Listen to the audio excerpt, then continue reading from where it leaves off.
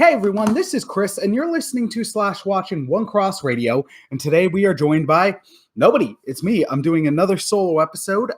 Today will probably be shorter than most episodes because it is on a singular topic. It is a movie review. So I'm also, as you can tell, I'm trying out new things with One Cross. We're experimenting with multi-part episodes, longer format episodes, and also now the occasional shorter episode. But lately I've been sharing a particular scene from an excellent movie with some friends, and it's really got me thinking about how good this movie is. And if you can't tell by the shirt, which, listener, you can't because you can't see me, but viewer, if you can't tell by the shirt, or the Funko Pop in the background, we are talking about Godzilla. And in particular, we are talking about the film Shin Godzilla, which is one of the best of the Godzilla franchise, and truthfully, honestly, one of my top 5 in the past 5 years. When I think about the top 5, and eventually I might make a list, this is one that out of early releases of it, I wasn't that excited for it. It looked such a drastic departure that I was like, I don't know, man. Because as much as it's like, hey, it's Toho doing it, they can do no wrong. That's not quite true. Because Toho has made many excellent Godzilla movies, but also a bunch of non-excellent ones. None to the level of like 1998 TriStar Godzilla, aka Zilla, but they're not all Godzilla from 1954. They're not all Godzilla Returns, or in this case, they're not all Shin Godzillas. But eventually, when I watched it, I was very much proven wrong. I was a little apprehensive about seeing it, like I said. But then when I finally did get the chance to watch it, it blew me the heck away. Because I think the thing is, I was actually talking about this with some youth the other night, because we created an Instagram account so we could interact with the youth. But I put up a poll. Now I totally fixed the poll in the sense of I put up for a vote for a movie. Would you ever watch a Japanese Godzilla movie? And the options were yes and very yes. And one of the youth was like, you should have put no, but the yes votes far outweighed it. So eventually I might fix that up again. I'll put it up again. But as I was talking with them about it, they're like, why do you like this so much? It's because much like the 54 original, with Shin Godzilla, it's not just like, for a Godzilla movie, it's amazing. For a monster movie, it's outstanding. But like the 54 original, it is an amazing movie, period. And I'm gonna dive into that a bit. So just because it's difficult to describe the cast because there is kind of some main characters, but also not in a traditional sense.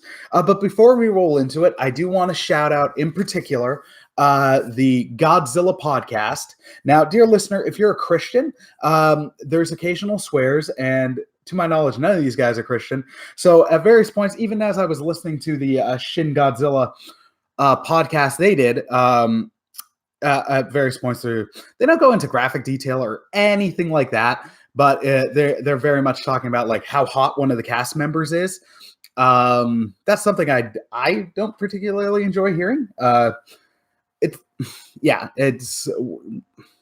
in iffy territory at times, because sometimes people are fine with that. Sometimes people find that like you're objectifying and all that. So just that caveat, that heads up. There's not anything there that would make me be like, no, don't listen to this. It's just, hey, here's some stuff. If you find it bothersome, don't listen to it. But if you can hear that stuff and have it not affect you negatively or not bother you, and you want to hear like in-depth reviews of Godzilla from people who are fans, but also really recognize the flaws, check that podcast out. They've gone through slowly over a number of years, like every single friggin' Godzilla movie. They just wrapped the Heisei period, including the Mothra trilogy.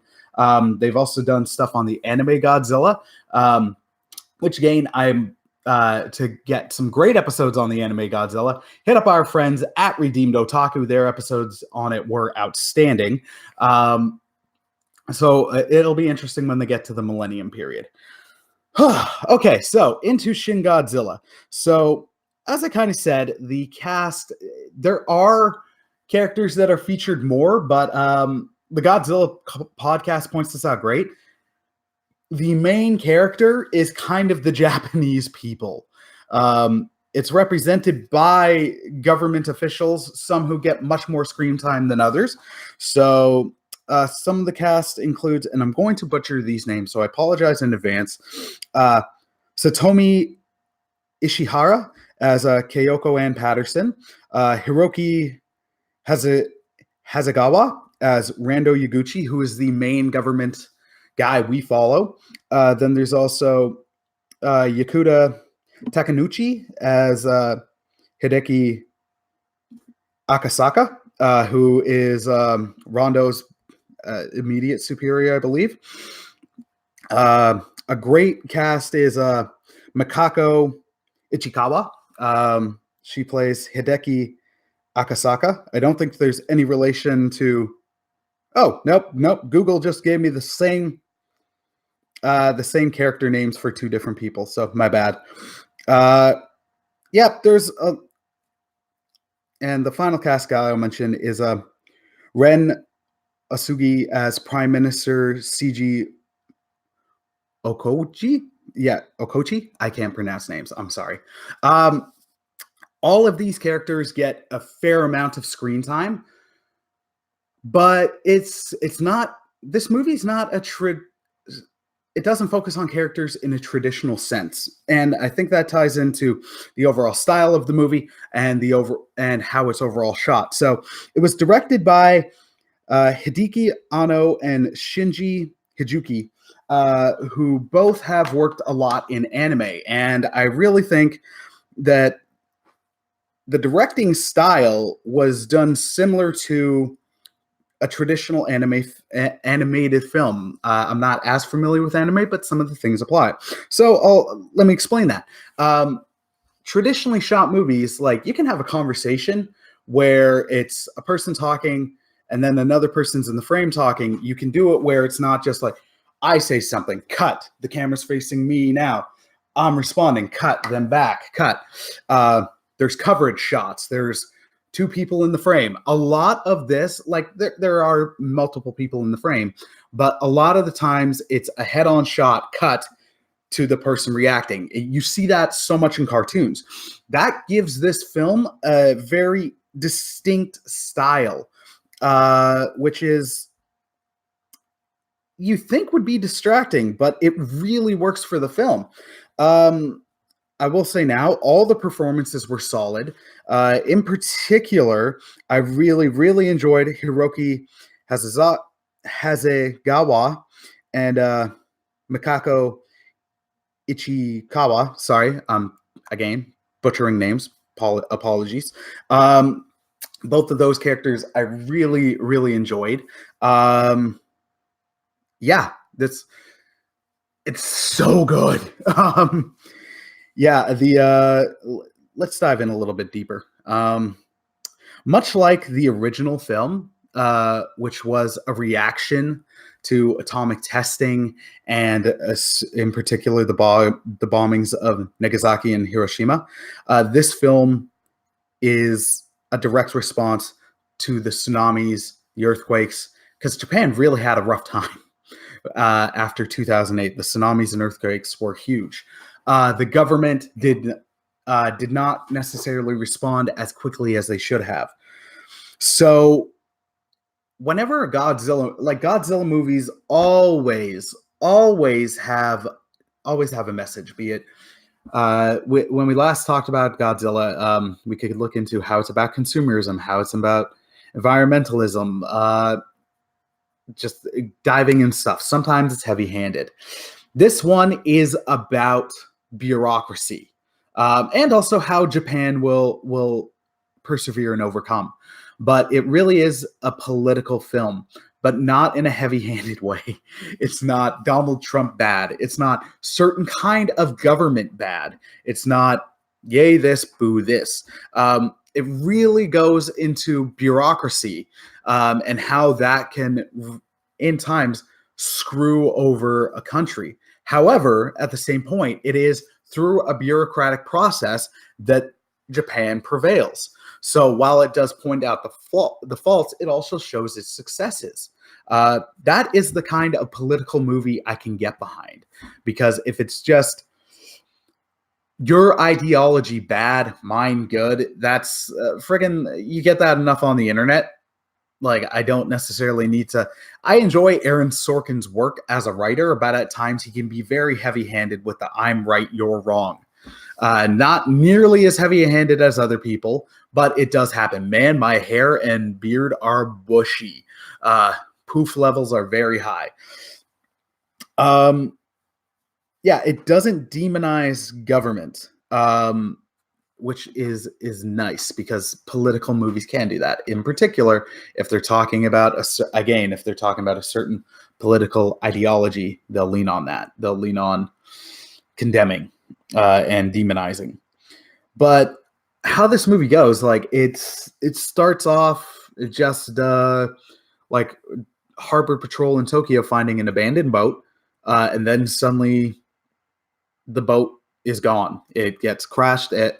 I think they don't really show exactly what happens, but they show something happening. Then there's tunnels under the water for cars. Suddenly the tunnels are flooding. I can't remember the name of the boat, but it was an homage to the original Godzilla from '54. It also beginning with a boat mysteriously like being sunk, also straight up out of the '54 original. Then as the movie goes, we cut to like the prime minister's office with a bunch of people, and this is where we get into the bureaucracy process being bad. Or not being bad, like it is good, but it shows how it can be bad because you're in the first 40 minutes are so much like, here's a cabinet meeting. Now we're incorporating more people. Now we're going back to here. Now we're going back to here. It shows like misinformation, multiple voices, everybody putting people putting pressure on one thing, people shooting down one thing. The main guy, Rando, he is the first to hear like it might be a creature doing this. He brings it up, he gets immediately shot down, and then suddenly on the news, it cuts to this giant friggin' tail or borderline eel-like creature in the bay, and everybody's freaking the heck out. Then it cuts back to more meetings. Then the prime minister finally has to address it. They're trying to get scientists to come in to get a comment. You've already got you got military officials and other officials being like, just kill this thing, get it out of the bay. Like we've had to ground flights, we've had to shut down tunnels. It's affecting us. It's costing lives. It's like, we need to do this. But then you also have other people being like, yeah, we need to study this thing. We can't immediately kill it. There's already protesters being like, don't kill this thing. Don't kill this thing. You need to save it. It's a living being. It's a living creature. Then you cut to getting some scientists and biologists. And you get, like, based on the little information I have, here's my theory. It's really out there. Here's my little theory. It's really out there. I need time to study. And then the final one being like, I can't give something because unless I've got to study it, if I'm wrong, like, my credibility in this field is shot, which is a very interesting thing, because so much right now is if you say one thing wrong, your credibility is shot. It really ties into real world themes, but incorporates it smoothly and not like overly heavy-handedly. Because again, it's not taking a side. Some of this stuff is also played for comedy, but not in a slapstick way. An example being like the prime minister They're really like, stick to the script, go with it. This isn't making the prime minister a bad guy, don't get me wrong. But then he then suddenly does an ad lib to try to comfort the people, being like, there's no way this thing is coming on land. Cut to, it's coming on land. And he's like, wait, what? And it's not like a wah wah way. It's done in a serious manner, but it's still like poking fun almost at short-sightedness, or when we are over certain about things. There's a lot of stuff looking into misinformation, jumping the gun. There's just so many deep themes in this movie. Let's talk about actually, no, give me a second. There's other stuff in here that works really, really, really well. Unlike any other Godzilla movie, it takes a while for the military to do stuff, because, again, they're doing this in a really real-world way. Now, the Godzilla podcast points out fairly that there is science in the movie, accurate science, where they're like, we probably a real-life Godzilla that size could probably not exist. It would not be able to support its own weight, or it's very, very unlikely. And then the movie leans on that, but then it goes into the pseudoscience route, where the science works for the film. So you're good. You're good to go up with the suspension of belief, because the logic works within the film. So then you're on board. But it takes a while for them to roll out the military. It's more of a defense force, and they're like, we have to be careful here, because if we kill any people, the defense force is done. It's really, really good, because a defense force shows up during this time also, and I'll unpack it more later. But Godzilla at the start of the movie is not big green. You don't see it at first. Then all you see is a tail or an eel-like creature. And then there's a design with, fair enough, googly eyes, not actual googly eyes, but you can make that criticism. And as it's coming on land, it looks like a frill shark, minus the fins and stuff, but with legs. So it's just pushing itself with these stubby little legs, like, along the ground. Eventually, as it's pushing over buildings, the thing constantly evolves. So it's hard for the force to prepare for that. As it gets to its third stage, where it's fully bipedal, and it has really short arms and this chest bone, like, really sticking out. It also bleeds, like the frill shark form. As it's on the ground at points, it's like it's evolving to go with air. So it had huge gills that bled, and then they stopped bleeding and the gills started to shrink. As it's toppling over buildings and as it's growing, you see it looks like it's in pain. Like it is a straight up monstrosity. It's a monster. There's a funny meme where it's like, now let's talk to our friend Shin Godzilla, and it's just like, life and existence is pain, because the design for the creature looks like it's raw muscle, not like buff muscle. Like you see raw tissue. It's harsh.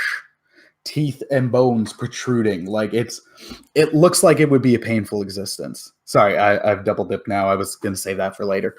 But then as they're about to take the helicopters and the force are finally showing up, they're like, Prime Minister, we have to do this now. And then there's the tension mounting. There's the person with their hands over the trigger. But then they notice, as they're evacuating the areas, in this area, there are two or three people evacuating. It was a nice touch, because then the Prime Minister is like, no, we're not losing any life. We can't, no, you got to pull back. It's interesting, because I think they addressed it, but Godzilla left and then came back later in its fourth form, which looks the most like traditional Godzilla, but still very much Shin. Like I said, the exposed muscle, the protruding bones, the exposed teeth, no proper lips. It looks like a painful existence, but it looks the most. When you see it, you're like, wow, that's a twisted version of Godzilla. But when it comes back, it is now like fully grown. It's almost like if they could have earlier in the movie, they might have been able to kill it. But when it shows back up, they do the evacuation, they do the build up again, which creates so much tension by the time because it cuts to the person in the helicopter communicating it to a general, communicating to another general, then communicating with the prime minister. You think this would get boring, but it works because it's quick, and it also just adds to that tension because then you're compounding the weight of like we're about to fire, this thing's coming into cities, like we're going to have to rebuild. There are consequences to these actions. Not like if it happened in a forest region, there's no consequences. Those are different. There are they make the weight of the choice so much more palpable than it is in other Godzilla films. I cannot stress this enough. It makes you dial into this movie more. It's so good. And then when they finally start firing, they're tracking like how much ammo they're going through and how it's doing nothing. And then it's like you go through the cycles of we're trying this machine gun, not working. All right, use the bigger gun. All right, not working. Now let's try missiles. Okay, those aren't working. Now let's try tanks. Aim for the legs. Wow, the artillery shells aren't working. Okay, let's use tanks and helicopters. Not working. We're out of ammo. Like you're tracking with this. So it amps up almost the desperation and the borderline bleakness. And then as this is all happening, Godzilla is slowly moving back towards Tokyo. The 54 original, for an entire 20 minutes, I think it is, has this beautifully tragic destruction of Tokyo sequence. This is, for my money, almost as good, if not just as good. At this time, as it's going on, though, you've also, as they're doing the bureaucracy and people are trying to figure out, Rondo's team is trying to figure out what this is, because somebody wrote basically a university professor who's gone AWOL. They've found through another person like a thing predicting this, like because of Japan and other countries like haphazardness with nuclear material, that something like a Godzilla would come. As they're trying to find this guy, they're also trying to figure out ways to stop it, because especially traditional artillery and stuff isn't working. And they're also like, if we kill it, like that's a lot of radiation. So as they're doing this, Godzilla's getting towards Tokyo. There's pressure from other countries, especially America, to be like, you need to drop the bomb. And it's overtaken by this. There's this solemn seriousness because Japan's like, we don't want to do this again. We don't want to go through this again. Even though this time it's our call, we don't want to do this again. And it adds, there's just the more realistic part without it being like it's grounded in realism. Like these kind of things help make the film much more engaging. Again, especially as it's not a traditional movie where it's like, here's your main hero, here's your B storyline. It's almost like you're following around a group of people. You can almost put yourself in this situation, especially if you've been part of any kind of team, not even like in ministry or in other things. There's that attachment factor to it. It's so good. So Godzilla's getting to Tokyo. They agreed to have U.S. stealth bombers help, which are, I don't know much about military, but whenever you see these planes, they're like the high tech planes. They're evacuating Tokyo as Godzilla's getting closer, evacuating to the underground tunnels. They're getting the prime minister out. There's some amazing shots because Godzilla in this movie is a destructive force of nature. Like, I don't want to say he's a chaotic evil, he's a chaotic neutral, but he is chaos and destruction incarnate. And nothing slows him down. But there's some amazing shots of him just standing. The score is outstanding, incorporating old themes. themes from an anime movie. As the stealth bombers show up, they drop the bombs on him. They land on his back and they cause him to bleed. And then you can tell this thing's pissed. And then as it screeches out and it's the original roar, it leans over. And then the score starts amping up. This is the highlight of the movie for me. It's the best sequence in it, bar none. It leans over, it roars in pain. But then you can tell something's going on as the score is amping up. As it's leaning over, its mouth separates. Its lower jaw actually fully separates. Its eyes kind of go black. And then, like the 2014 Godzilla, you get the slow glow. In this case, it's purple. But then you cut to the people reacting to it because they don't know what's going on. And the sky, which has been dark, you see this low purple glow. And they're like, what's going on? What's it doing? And then it's a charge up. So then instead of the movies or the 2014 movie where there's the charge up and then it's the atomic breath, in this case, it's not like ash, but it's like this long, insanely thick cloud of smoke just going everywhere out of its mouth. You see wide shots of it stretching across the city. Then it cuts to flame coming out. So it's this long bit of fire just going everywhere, destroying everything, but there's still structures. And then as it's charging up, it goes into the beam, the atomic breath. And it becomes this focus beam where in the other movies, it's like a concussive force. In this, it's a cutting beam. Like it still has the destructive force, but it slices. So Godzilla looks up in the air. It slices through the plane. It slices through some buildings.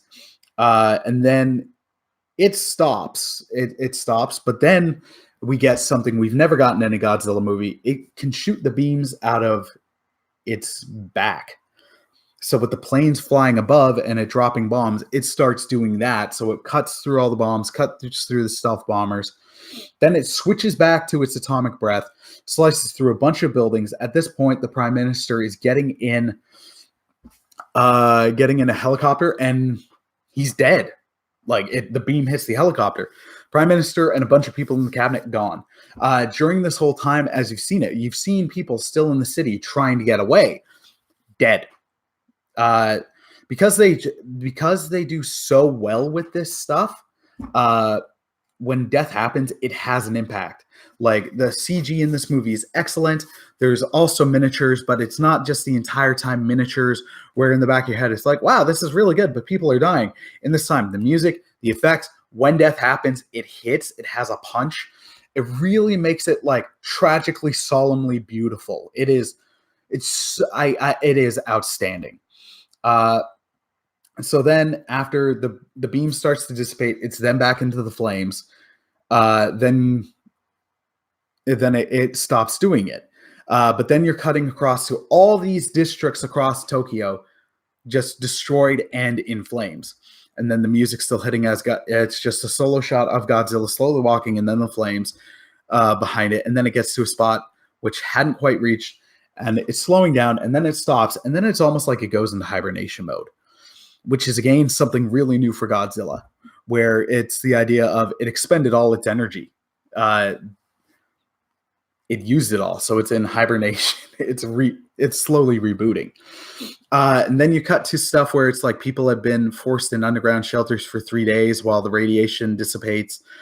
Then it's a bunch of people trying to figure out what they're doing, installing a new prime minister, who also the rest of the world's like, look, we're going to do this because clearly nothing else is working. Like we need to drop the bomb. The prime minister agreeing, and then Rondo's team having like days to figure out what to do. So eventually they figure out how to cool this thing down, freeze it almost. Well, not almost. They do friggin' freeze it. So then the ending sequence is really cool. Some people have pointed out, like, why would they throw trains at it because it's in the heart of Tokyo. The trains hit the legs. They're toppling buildings over on it. People have commented like, oh, and drone strikes. People are like, how would this damage it when earlier nothing was damaging it? And it's because like it started reacting because stuff was happening to it. It was not fully rebooted. It was not back to full strength. Eventually, they get all the coolant or whatever the hell it is. I can't remember. I just can't remember what it's called. They get all the coolant in, and then they're like, it should be frozen. It's still going. This didn't work. And then as it looks like it's about to charge up, also at this time, you see Godzilla uses its back beams again. It also uses its tail and its mouth at the same time. So this thing is constantly evolving. But then as it's roaring, the thing freezes solid. At this point, the nuke clock is down to like 30 minutes. So it works. The last little bit of the movie is about like Japan will rebuild, we will overcome, we will do it. And again, you got here through bureaucracy. So it's really interesting how in the first half of the movie, it's showing the faults of bureaucracy, like how it can slow things down, especially there's times when you need to act immediately, and how the bureaucratic process can slow that down and have negative effects. But at the end of the movie, it also shows like through the bureaucratic process of not just going with the top-down decision of, no, we're going to drop the bomb. Like, look, this is happening, but if you can stop it in the meantime, do it. And the process of people trying, failing, coming up with all these ideas, that worked. At the end, Rondo's looking at potentially moving up in the field of politics from his position, but not becoming prime minister. It's all really good. Then you get the ending shot, the last shot of the movie. No music, it's just silent. The camera's going on the frozen solid Godzilla. Then you get to the tail, and you see little Godzilla creatures, but two-legged ones in very humanoid form. Not like Godzilla under the cover of humans, but this whole thing was almost like it's evolving into the perfect organism that can't be killed, that can't be destroyed. And then it's evolving further because even though it's not being destroyed by humanity, it's also like this is the next step that would take out humanity. So that's like a crazy tense way to end it. You're like, whoa, what? Now, after Shin Godzilla, people were like, there's going to be a sequel because you wouldn't put that tail end there if it wasn't. In a previous Godzilla podcast, I talked about the eras of Godzilla. We just went through the mini fourth one in Japan with the Shin Godzilla and then the anime trilogy. We are about to enter another era. So it really does seem unlikely that we're getting a sequel, which is both a shame and something I'm fine with, because this director, this team did such an outstanding job that I'd be like, let's do it again. But at the same point, there's room to grow, but it really does work as its own isolated film. I can't deny that. So if it's a one and done, I am fine with that. Yeah, I'm looking forward to more Japanese Godzilla movies. As much as I love like traditional cheesy Godzilla stuff, and the slightly more serious stuff, two of my favorite ones are the 54 original and Shin Godzilla. Shin Godzilla, in my opinion, gives the 54 original a run for its money. It is the closest one to the original in tone. It's as much as people point out, like, oh, there's a couple different ones called Godzilla, because there was. But each era rebooted, but they all of them had it being as a sequel to the 54 original. The Showa period just ran onwards with it being a sequel. It's like, it's another Godzilla, but it happened after the first one. When you got to the Heisei period, it was the second Godzilla. Not the first Godzilla, but the second Godzilla. But the 54 happened, it just ignored everything from the Showa period. When you got to the Millennium period, with the exception of Godzilla against Mechagodzilla and I think Tokyo SOS, each of the Millennium ones Actually, with the exception of Final Wars as well, each Millennium Godzilla was a direct sequel to the first one. Millennium had next to no intercontinuity.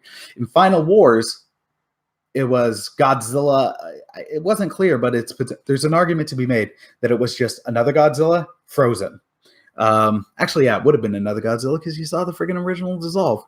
But it was, again, a direct sequel to the original. Shin Godzilla, in Toho continuity. In America continuity, very different. In Toho continuity, or Toho Godzilla films, they've all been a direct sequel to the original in some shape or form. This is the only proper, straight-up reboot, new story, no connection. It uses the roar, it uses the theme songs, some of them. It uses, and there's a lot of familiar themes, but it is in no way, shape, or form impacted by, story-wise, by the 54 original. So it is as much of a clean slate as you can get, and it works for it. It works for it outstandingly. Yeah, it is easily one of the best of the franchise. There can be a debate made that it is the best of the franchise, which is really rough to say because the 54 original is outstanding. It's on par with it. You could probably make the argument with the newer special effects and all that in some ways it holds up better. And some of the topic really will resonate with a modern audience more than the 54 original would necessarily. But both are outstanding films. But it is easily one of the best of the franchise. And it is easily one of the top 5 movies I've seen in the last 5 years. It's outstanding. So, dear listener, if you get the chance to check out this film, I highly recommend you do. The other thing I'd like to say about it is Japanese budgets are not American budgets. So I believe this film had a budget of $22 million. To me, it shows, and not in a bad way. There's only a couple scenes where you're like, oh, the special effects aren't that great. None of them are out and out bad. But there's other times where the special effects look amazing. And it also shows what you can do on a $22 million budget. You don't always need $180 million, $200 million, or an insanely high budget to get great special effects. Sometimes you can do a lot with little. So if you get the chance, I highly recommend you check out this movie. Hope you enjoyed today's episode of One Cross Radio. Let me know in the comments if you'd like me to do more of these shorter episode reviews. Now, I thought this would be quicker, but here we are. Let me know if you'd like to do more solely. You'd like me to do more solely focused on a single movie review, solo or with people. I know I do it with people more, but I enjoyed this. And if you've seen the movie, let me know your thoughts. Hope you enjoyed today's episode of One Cross Radio. Hope you enjoyed listening. Thank you all so much for your love and support. I love y'all and I'm praying for y'all. And again, I hope this is pointing you in some aspect towards Jesus because God is good and amazing. With all that being said, hope you have a wonderful day and God bless, my friends. Take care. Peace.